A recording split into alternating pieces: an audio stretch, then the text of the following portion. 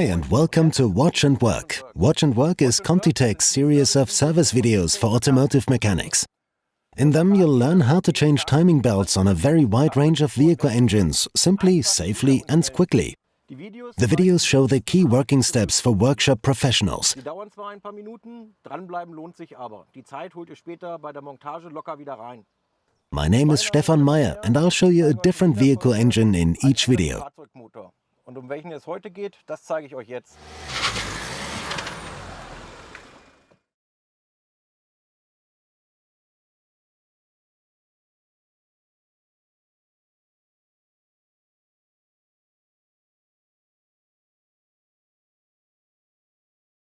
Heute habe ich euch einen 2 Liter 114 kW. Today I have a 2-liter 114 kilowatt engine from an Alfa Romeo 156 built in 2000, engine code AR32301.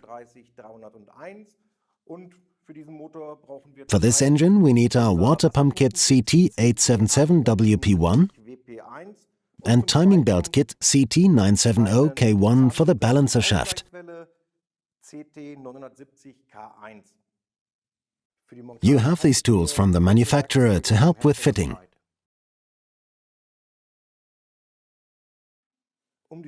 A few preparations are needed to enable you to set the timings. First, remove the crankshaft sprocket and timing belt guard, and then the ignition harness and valve cover.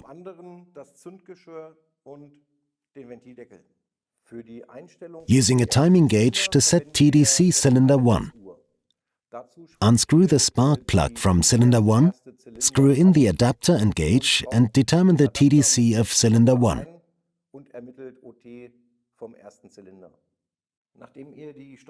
Once the timings for TDC cylinder 1 have been set, remove the balancer shaft belt. Loosen the nut at the rear of the tensioning pulley using a 10 mm wrench.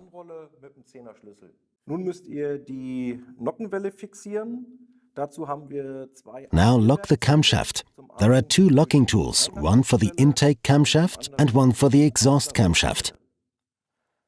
Bei der Einlassnockenwelle entfernt ihr bitte den Lager. Remove the bearing block of cylinder 2 on the intake camshaft and cylinder 3 on the exhaust camshaft and replace them with these 2 locking tools. Gegen diese beiden Arretierwerkzeuge. Before removing the timing belt, remove the sprocket from the crankshaft at the bottom. Then loosen the tensioning pulley and remove the timing belt. Next, loosen the 2 camshafts. Use the counterhold. Replace the relevant components with the components from our 2 kits.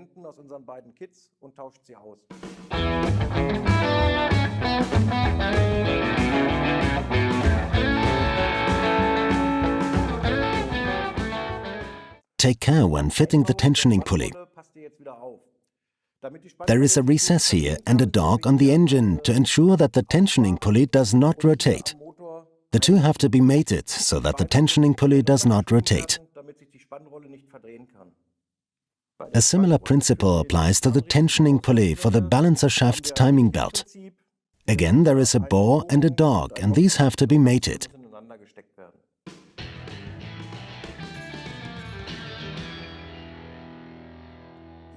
Why don't we apply any additional sealing compound paste or adhesive to a water pump? Whenever there is a seal or gasket that is made of cork, metal or rubber, no additional sealing compound paste should be applied.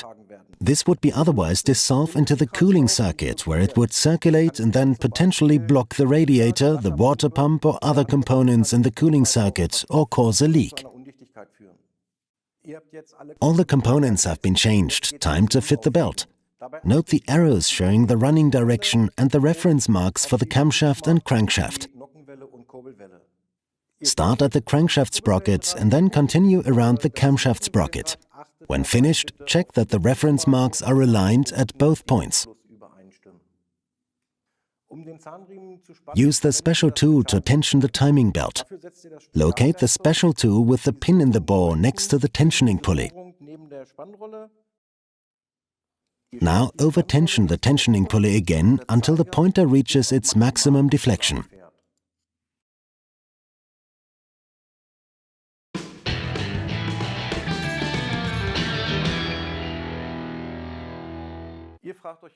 Why was it important to over-tension the belt initially? We're dealing with brand new rubber. The rubber teeth are large and first have to be made to conform to the belt pulley. By over-tensioning the belt, we pull the rubber teeth into the belt pulleys. This ensures that the rubber conforms to the belt pulleys and avoids later settling. Now turn the engine over twice in the direction of engine rotation and then set the correct timings and tension. Once the timings have been set, correct the timing belt tension. Loosen the tensioning pulley nut and turn the tensioning pulley until the pointer and bore are aligned. The main timing belt has been fitted. Now tighten the camshaft sprockets using the counterhold and then remove the locking tools and the timing gauge.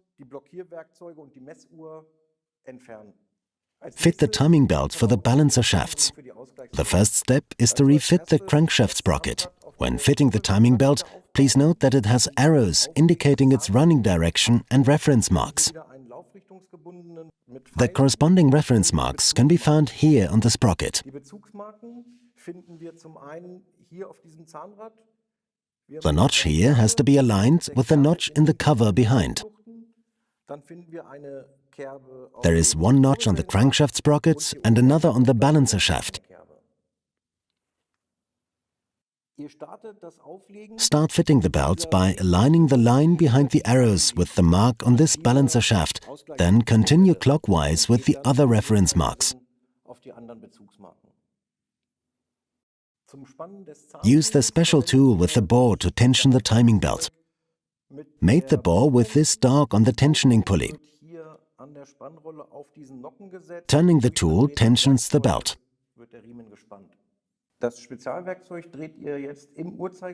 Turn the special tool clockwise until this point on the tensioning pulley is aligned with the tip here.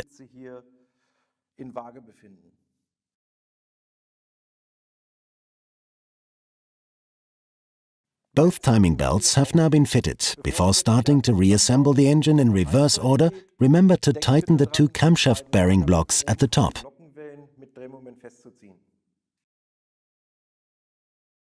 Okay, almost done. You now just have to check everything has been reassembled. Follow the manufacturer's specification, particularly when it comes to the torques. Remember, gently does it. Don't forget our quality mark. Place our change sticker in a clearly visible location in the engine compartment, so the customer sees that you've installed quality.